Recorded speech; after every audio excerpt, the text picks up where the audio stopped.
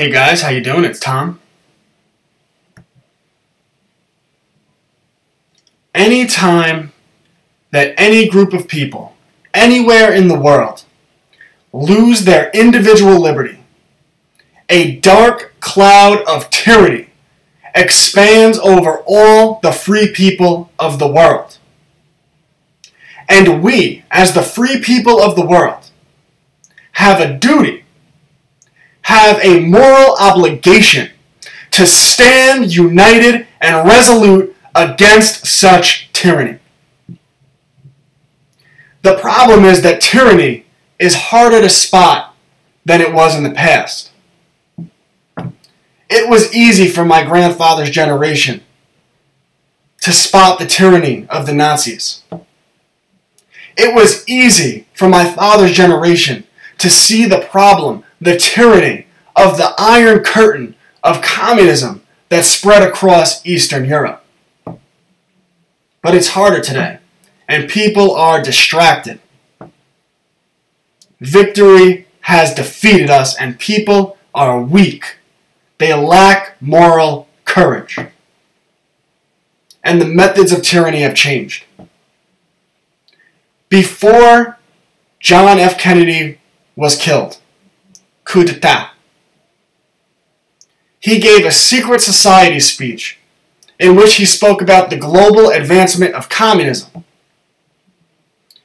That the global takeover was not just through warfare, but it was through subversion, through infiltration, through covert means. The face of tyranny has changed, but the nature of tyranny remains the same. What used to be done through conquest is now done through multilateral trade deals, agreements between nations, the unification of banking systems, the creation of single currencies across countries, in which global judges and global bureaucracies can erode the individual sovereignty of nations, taking away the vote, the say of people within nations. Because when governments fear people, when they fear the voting power of people, there is liberty, and when people fear government, there is tyranny. And you can see that with the arrest of Tommy Robinson. The government of Britain, the government of the European Union, is able to erode Tommy Robinson's liberty. They're able to arrest him for covering a pedophilia scandal. They're able to arrest people for hate speech, which is really just speech the government finds to be a threat to them, because the government doesn't fear the will of the people. What they do fear is the will of the people becoming stronger, becoming strong enough that the people could push back against the tyranny of the government. But all you have to do is look at Brexit to know, as Britain is currently constituted, the government doesn't fear the people, because the people voted in referendum to leave the European Union, yet it doesn't appear the government of Britain is going to follow the will, the direction of the people. And everything Tommy Robinson has done has been to expose the nefarious agenda of the European Union. That agenda, of course, being to flood the West. And this isn't just Britain, France, Germany, Sweden. The same thing was happening in the United States because it's global government. Good thing we got Donald Trump to slow it down. But to flood the West with people who subscribe to the ideology of Islam, specifically the radical interpretation of the ideology, because people who subscribe to this ideology, for instance, don't believe in individual liberty. Just look at how they treat women. If a woman walks down the street and takes off her burqa, she could be justifiably raped, stoned to death. Where are the feminists? They're for this mass migration, which it shows you how backwards the world is. But it's part of an agenda to bring in an ideology that will vote for bigger government. This way, countries like Britain, for instance, could continue to ignore the will of the people when it comes to Brexit. The people vote that they want to leave the European Union. You can't. And the European Union's response is, keep flooding Western countries with people from the third world, and eventually the will of the people to leave the European Union will be so small that it will be virtually impossible to make it happen. So the question is, how do we increase the will of the people to abandon this global government, to abandon the European Union, to abandon support for these multilateral trade deals that give bureaucracies control over our laws, over our sovereignty? How do we increase the will of the people so that we could effectively combat this global government?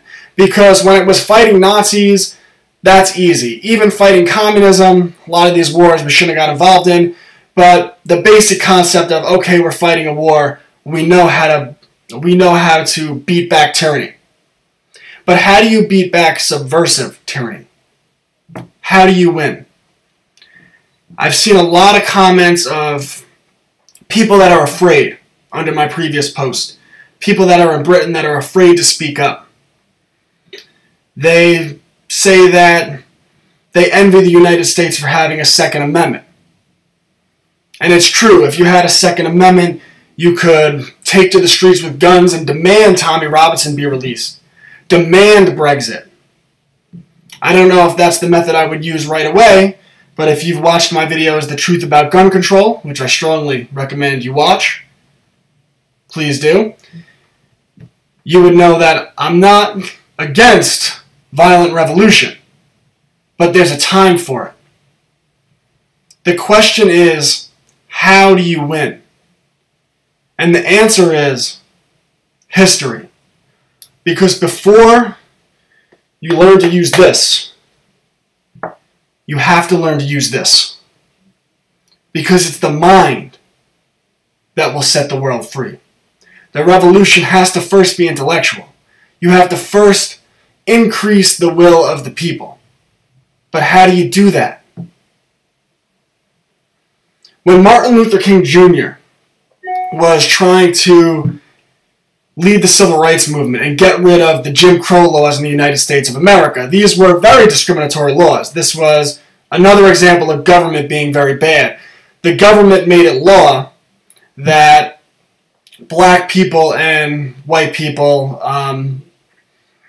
in public settings had to have separate areas. So there was benches for white people, benches for black people, so forth.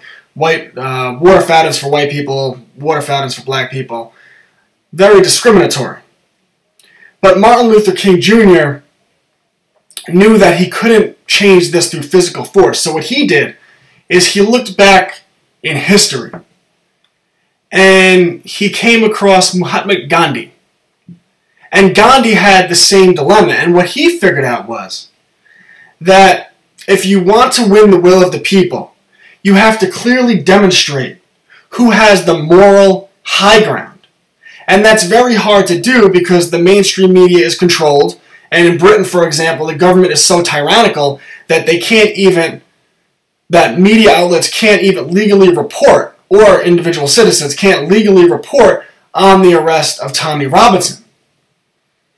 So how do we draw from Gandhi? How do we draw from Martin Luther King, who figured out that through peaceful civil disobedience, they could show the world, they could show their countrymen that they were in the right, that they had the moral high ground, and then use that moral high ground, hijack it from the controlled media to create societal change?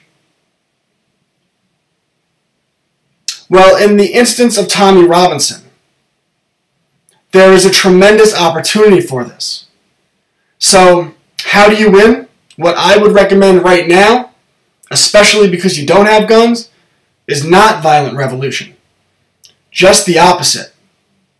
If I was leading your movement, if I was in the UK, I would get together as many people as I could. And I would organize all these people, and we would show up around the prison of which Tommy Robinson was being held. And I would get thousands of people, enough where you could all lock hands, united. And I would simply sit down in a circle surrounding the prison in which Tommy Robinson was being held. And I would force the government of Britain, as each individual person in the circle live streamed it on YouTube for the whole world to see. I would force first the mainstream media to cover this, because at that point it couldn't be ignored. And force the government of Britain to either release Tommy Robinson, and this is the best part, because that's not how they'll respond. Tyranny, tyrants only know tyranny. So they'll respond by using the police to violently attack the peaceful protesters. And if the peaceful protesters continue to film, and the key is, resist the urge to hit back, because that's not the objective here. Resist the urge to hit the police back. Force the police to physically beat them for the world to see. As the media is forced to cover that Tommy Robinson is a political prisoner, put in prison for covering pedophilia in the UK that has been covered up by the British government and the mainstream media in Britain, then the moral high ground will return to the people of Britain. And the people of Britain who voted for Brexit will gain further support against the tyranny of the British government, the tyranny of the European Union, and you could actually make Brexit happen. We could show the world what's wrong with these global bureaucracies and tyrannical government, and in the end, Tommy Robinson will win. And speaking of Tommy Robinson, I got a lot of comments under my last two videos that what Britain needs is a Trump. Well, first I'll say that Donald Trump comes along once in a lifetime. He is one of a kind, and he is the wrecking ball that the people of America needed. I supported him the whole time. He's done some things that I haven't liked, and I always call him out when he does, because we can't treat politicians like football teams. We have to call them out when they're wrong and appreciate them when they're right. But overall, Donald Trump has been incredible. But I got a lot of comments that Britain needs a Donald Trump. Well, he's not going to come in the form of Donald Trump. But what I'll say to you is this. Britain already has a Donald Trump. He just got put in a jail cell and sentenced to 13 months in prison. So I implore you, hear my message, because I have studied history. I have studied how Gandhi defeated Imperial Britain. I have studied how Martin Luther King defeated the tyranny of the government of the United States of America. Not white people, the tyranny of government. Jim Crow was a government policy. Slavery was a government policy. And actually, white people in America and in Britain were the first people in the history of the world to fight for and eradicate slavery. But that's a topic for another day. But use history. Use what Martin Luther King did. Use what Gandhi did to stage peaceful protests and refuse to leave until Tommy Robinson is freed. And then when he is freed, we will force Tommy Robinson to fulfill what I believe his destiny is, to rise to power in Britain, to free Britain from the European Union, which will eventually destroy the entire European Union when people see how prosperous Britain can become when it escapes the arms of tyranny, and ultimately help spearhead a revolution of people all over the world to push back against tyrannical government and to restore individual liberty. I do believe in globalism, but the globalism that I believe in is not forced tyrannical bureaucracies of one world government. The globalism that I believe in It is voluntary interactions between free and prosperous people all over the world who choose peace over war, who choose voluntarism over force. But now it's on you, Britain. I hope I can help lead this intellectual movement. Revolution. Please share this link. If you want to support me financially, I really appreciate my patrons. You make this possible for as little as $1 monthly. If you go to www.patreon.com/FFRnews, it makes all the difference in the world to me. I am TomFFRnews on Twitter. I am TomFFRnews on Minds. Tom Anderson on Steemit, Facebook, and Gab. FFRnews on Facebook. And I upload these videos before YouTube deletes my channel. Please follow me on Bitchute, TomFFRnews.